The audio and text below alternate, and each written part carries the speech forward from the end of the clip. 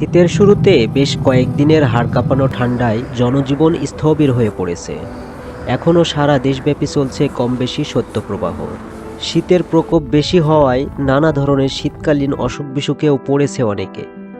তবে পৃথিবীর এমনও অনেক দেশ আছে যেখানে বছরে প্রায় সব সময় তাপমাত্রা অসহ্য পর্যায়ে ঠান্ডা থাকে।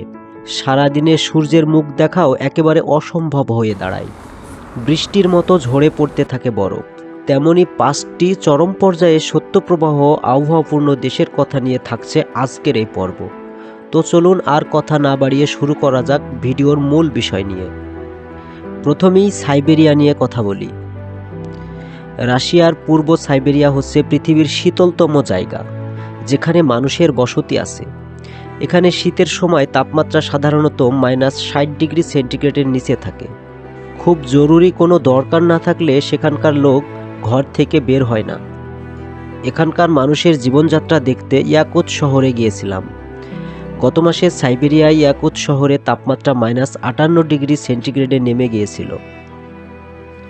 এখানে 1,31,00,000 বর্গ কিলোমিটার আয়তনের এই অঞ্চলটি বিভিন্ন শহর ও গ্রামে গত কয়েকদিন ধরে তাপমাত্রা -55° বা তার আশেপাশে ওঠানামা করছে। এই অঞ্চলটি ভারতের সমপরিমাণ। এখানে বছরে মাত্র 2 মাসের জন্য সূর্যের মুখ দেখতে পাওয়া যায়। রাশিয়ার প্রায় অঞ্চলেই বছরে 8 মাস বরফাচ্ছন্ন এবং 10 মাস শৈত্যপ্রবাহ থাকে। এরপর চলুন অ্যান্টার্কটিকা থেকে ঘুরে আসি। অ্যান্টার্কটিকা পৃথিবীর দক্ষিণ মেরুতে অবস্থিত একটি দক্ষিণতম মহাদেশ।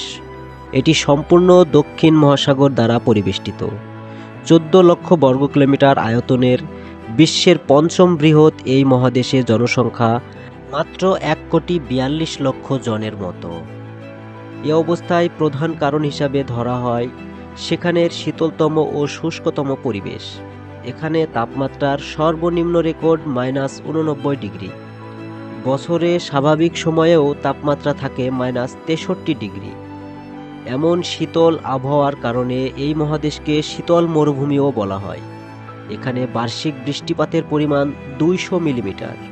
এ মহাদেশে পেঙ্গুইন, সিল এছাড়া কয়েক প্রজাতির গাছ এমন চরম তাপমাত্রাও সারভাইভ করে। মজার বিষয় হলো এই মহাদেশের কোনো নিজস্ব বাসিন্দা নেই। বিভিন্ন জায়গায় গবেষণা করার জন্য এই দেশের বাসিন্দারা বিভিন্ন দেশে ছড়িয়ে ছিটিয়ে রয়েছে। আরও অবাক করা সত্য হলো এটাই একমাত্র মহাদেশ যেখানে কোনো দেশ বা দেশের কোনো রাজধানী নেই। এবার আসুন জেনে নেই আরেকটি শীতলতম দেশ কাজাকিস্তান সম্বন্ধে। পৃথিবীর 9ম বৃহত্তম ও স্থলবেষ্টিত সবচেয়ে বড় রাষ্ট্র কাজাকিস্তান।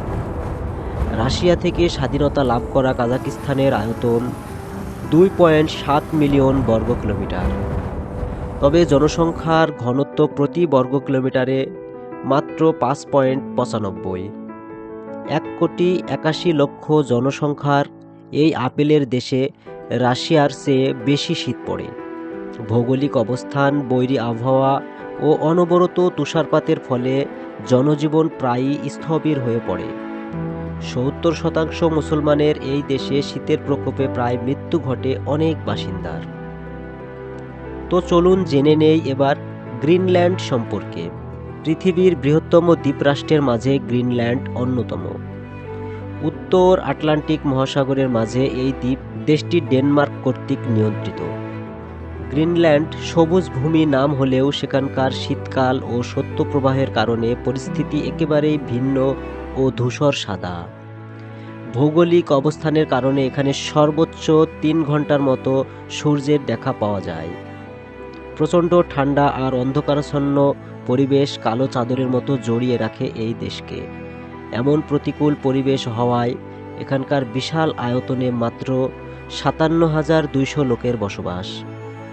অবাক করা বিষয় হলো নীল জলরাশি আর বিশাল দ্বীপ দেশটির প্রায় 90% জায়গা জুড়ে পুরো বরফে ঢাকা।